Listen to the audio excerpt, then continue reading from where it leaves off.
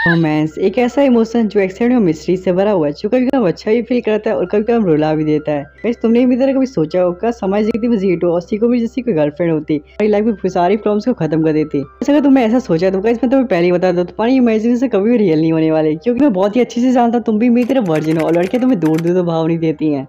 जब एनिमे की बात करते हैं जिसमें हाई स्कूल रोमांस एनिमे से लेकर एडल्ट रोमांस तक सब कुछ देखने को मिलता है।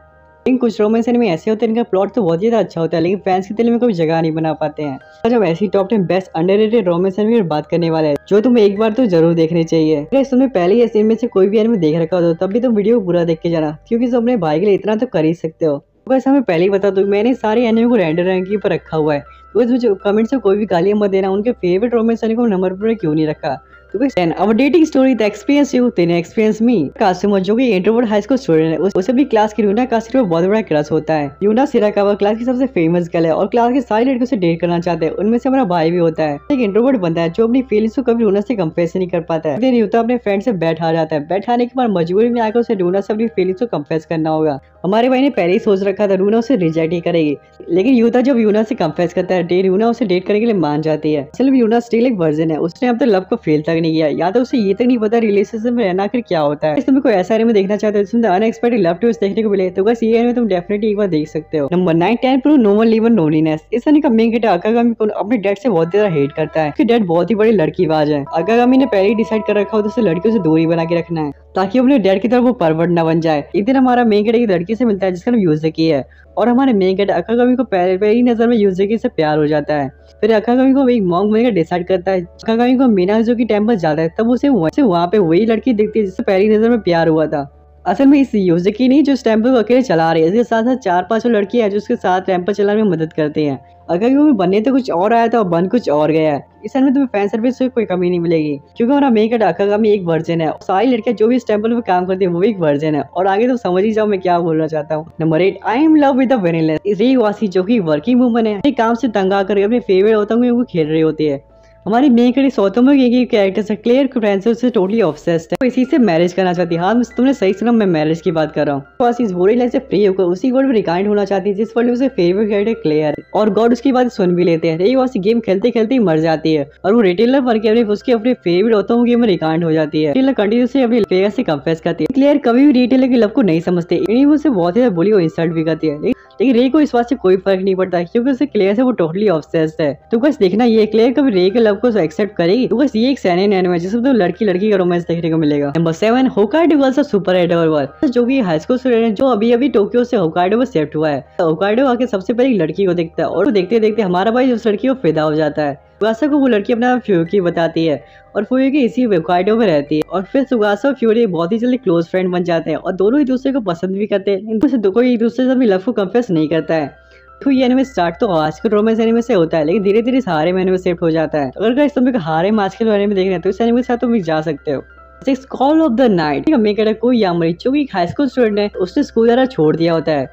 हमारे मेन कैरेक्टर को ना ही लड़कियों में इंटरेस्ट है ना ही उसे स्कूल जाने में इंटरेस्ट है और एक दिन वही नाइट वगैरह निकल जाता है क्योंकि हमारे मेन एमसी को इंसोम्निया है। अगर तुम्हें इंसोम्निया के बारे में नहीं पता है तो इसमें तुम्हें बता दूं, इंसोम्निया एक स्लीप डिसऑर्डर है जिनको रात में नींद नहीं आती और ठीक से सो नहीं पाते, उन्हें इंसोम्निया होता है। हमारा मेन एमसी जब कहीं जा रहा होता है तब उसे नाज़ुना नाम की लड़की से मुलाकात होती है। नाज़ुना हमारे मेन एमसी को बताती है वही लोग रात में ठीक से सो नहीं पाते जो हमने दिन के टाइम से सेटिस्फाई ना हुए हो। नाज़ुना एक वैम्पायर है और वो उन्हें मेन एमसी का खून पीना चाहती है। नाज़ुना हमारे मेन एमसी को बोलती है उसे सोने में मदद करेगी। जब हमारा मेन एमसी नाज़ुना के साथ सोता है, नाज़ुना फिर उसे गले पे बाइट करती है। मेन एमसी सोचता है वो ये बुरी लाइफ से अतंग आ चुका है और वो भी वैम्पायर बनना चाहता है। उसे बताती है वैम्पायर बनना इतना आसान नहीं, उसे ऐसे वैम्पायर से प्यार करना हो जिससे वो रियल में लव करता है। वैम्पायर बनने के लिए he wants to fall in love with Nazuna chan. तो इस नाज़ुना हमारे मेन एमसी को रियल में प्यार करती है या फिर उसका बस इस्तेमाल कर रही है। एनिमे से मुझे लिटरली बहुत ज्यादा पसंद आई। इसमें जो नाइट का सीन दिखाया गया है वो बहुत ज्यादा ऑसम है। Every night also definitely watch this anime. और 5 बार रिलियाना एड ऑफ द ड्यूमेंस नाकासिया बहुत ज्यादा खुश थे क्योंकि उसे जल्दी बहुत ही बड़ी यूनिवर्सिटी में एडमिशन मिलने वाला है। लेकिन रिकू को पीछे से कोई धक्का दे देता है और उसकी डेथ हो जाती है। फिर वो रिलियाना बन के उसी फैंटेसी नॉर्मल में रिकॉर्ड होती है जिससे उसे कुछ दिन पहले ही पड़ा था। रिलियाना इस नॉवल की साइड कैरेक्टर है जिसका उसे फियांसे पॉइजन देके मारने वाला है। कुछ इस वर्ल्ड में रिलियाना मर के रिकाइंट हुई है, वो हर वो कोशिश करती है जिससे वो अपने आप को मरने से बचा सके। ना फिर एक बंदे से मिलती है जिसका नाम नोआ है। रिलियाना नोआ से बोलती है उसका फेक फियांसे बनने की एक्टिंग करे। इसके बाद उसे रॉयल से के बारे में उसे बताती है और नोआ बहुत ही आसानी से उसके फेक फियांसे बनने के लिए मान जाता है। रिलियाना इस वर्ल्ड में अपने को मरने से कैसे बचाएगी और नोआ आखिर उसकी मदद क्यों कर रहा है, वो जानने की तो इस एनिमे को देखना होगा। Number 4 Asian mongoose fried. यानी पहली बहुत बार एशियन मंगूस फ्राइड के ऊपर बात करें क्योंकि एनिमे बहुत ही ज्यादा स्पेशल है। और जहाँ तक इस एनिमे के प्लॉट के बारे में बात करें तो इस एनिमे की मेन फीमेल कैरेक्टर जिसका नाम चीज से हथौड़ी है, उसके पेरेंट्स उसे इस तरह से ट्रीट करते हैं जिससे कोई मॉन्स्टर हो, क्योंकि हथौड़ी को वो सब चीजें दिखती है जिसे आम इंसान बिल्कुल भी देख नहीं सकता है। और जब हथौड़ी के पेरेंट्स की डेथ हो जाती है अपने आपको एक ऑप्शन में बेचने डिसाइड करती है। इस उम्मीद के साथ कोई ना कोई उसे खरीद ही लेगा। मंगूस खरीद लेता है। इनका मेन कैरेक्टर जिसका नाम इलियास है वो मॉन्स्टर बन के थक चुका है और वो जानना चाहता है कि इंसान बनना क्या होता है। और फिर मंगूस हथौड़ी को बहुत ही अच्छी जगह ले जाता है और उसे अपना स्टूडेंट बना लेता है। मेरे को मिस्टीरियस मैजिक रोमांस एनिमे देखना है तो तुम इस एनिमे को एक बार जरूर देख सकते हो। Mathri तोमोचन is a girl. तोमोचन और जिनोचो बचपन से चाइल्डहुड फ्रेंड्स हैं, लेकिन तोमोचन उससे फ्रेंड बनकर रहना नहीं चाहती है, वो बल्कि वो फ्रेंड से गर्लफ्रेंड बनना चाहती है। तो इसीलिए तोमोचन हाई स्कूल के फर्स्ट डे जिनोचो से अपने लव को कन्फेस कर देती है। जिनोचो तोमोचन के लव को एक फ्रेंडशिप की तरह ही लेता है। असल में जिनोचो तोमोचन को लड़की समझता ही नहीं है क्योंकि तोमोचन एक टॉम बॉय है। तोमोचन अपनी क्लास में मिज़ू को इस बारे में बताती है तो मिज़ू जूनिचरो और तोमोचन के रिलेशनशिप को आगे बढ़ाने में मदद करती है। तोमोचन चाहते हैं जूनिचरो उसे लड़की की तरह समझे और उसे बाकी लड़कियों की तरह उससे नॉर्मली से बिहेव करे। इस एनिमे तो मेन कैरेक्टर से आता है इसकी साइड कैरेक्टर मिसुजू पसंद आएगी।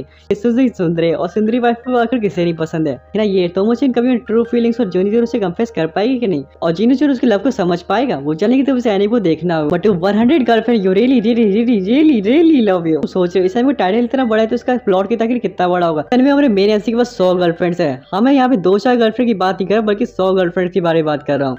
इस एनिमे के ऑथर कंपनी सारे बैन और कल्चर के भाइयों की तरफ से दिल से सैल्यूट करता है जिसने इस एनिमे को बनाया है। प्लॉट के बारे में बात करें तो इस एनिमे का मेन कैरेक्टर रेंतारो को 100 लड़कियों ने रिजेक्ट किया था। मतलब बंदे का लक बहुत ज्यादा खराब चल रहा होता है। जब वो एक श्राइन में जाता है और श्राइन में जाकर उसे एक ग्रैंडपा मिलते हैं, बताते हैं ये कहने की वजह से उसके 100 सोलमेट्स हैं। अगर रेंतारो एक भी लड़की को रिजेक्ट करेगा तो उसकी तुरंत ही उसकी डेथ हो जाएगी। लेकिन ये रेंतारो कभी अपनी 100 गर्लफ्रेंड से लव को कन्फेस कर पाएगा और क्या उसे अपनी 100 सोल में से ले पाएंगे? तो यानी बहुत ज्यादा क्रेज लगता है। यहाँ से एक गर्लफ्रेंड समझ से मतलब 100 गर्लफ्रेंड को कैसे हैंडल करेगा। पता नहीं क्या सस्ता फूक के एनिमे को बनाया था। मुझे तो ये लगता है एनिमे कहीं 100 गर्लफ्रेंड पहुंचने से पहले बैन ना हो जाए। और गैलेक्सी नेक्स्ट डोर होगा जो कि एक स्ट्रगलिंग मांगा आर्टिस्ट है जिसको काम बिल्कुल कुछ खास चल नहीं रहा था उधर उसे कोई खास पॉपुलर नहीं हो रही थी। लेकिन टीचर अपने काम में मदद करने के लिए एक असिस्टेंट को हायर करता है जिसका नाम गोसिके है। ठीक है, वो टीचर की मांगा बहुत ही पॉपुलर होने लगती है और लाइफ में बहुत अच्छे से अब चल रही होती है। लेकिन एक दिन टीचर गलती से अपनी असिस्टेंट की डिटेल को छू लेता है। असल में गोसिका एक प्रिंसेस है जो कि स्टार प्लैनेट से आई है। ये इचिरो को बताती है अब वो ना चाहते हुए गोसिका को फियांसे बन चुका है। गोसिका और इचिरो धीरे धीरे एक रिलेशनशिप में आ जाते हैं और दोनों एक दूसरे को पसंद भी करने लगते हैं। तो गोसिका स्टार प्लैनेट से आकर यहाँ पे आकर क्यों आई थी और उसके आने का आखिर रियल मोटिव आपके क्या था, वो चलेंगे तो इस एनिमे को देखना होगा। That's it for the today guys. अगर आपको वीडियो पसंद आएगी तो इस वीडियो को लाइक कर चैनल को सब्सक्राइब जरूर से कर दे। तुम्हें पता है वीडियो बनाने बहुत ज्यादा मेहनत लगती है और बेल नोटिफिकेशन कॉल पे सेट करना बिल्कुल मत भूलना ताकि हमारे लेटेस्ट वीडियो की नोटिफिकेशन तब तक पहुंच सके। तो गाइस आखिर तुम्हें नेक्स्ट वीडियो किस टॉपिक पर चाहिए वो तो मुझे कमेंट सेक्शन में जरूर बता देना और साथ ही साथ मुझे ये भी बता देना कि इनमें से तुम कौन सा एनिमे देखने वाले हो। मिलते हैं फिर से एक नई वीडियो के साथ नई टॉपिक के साथ। See you the next video. Bye bye.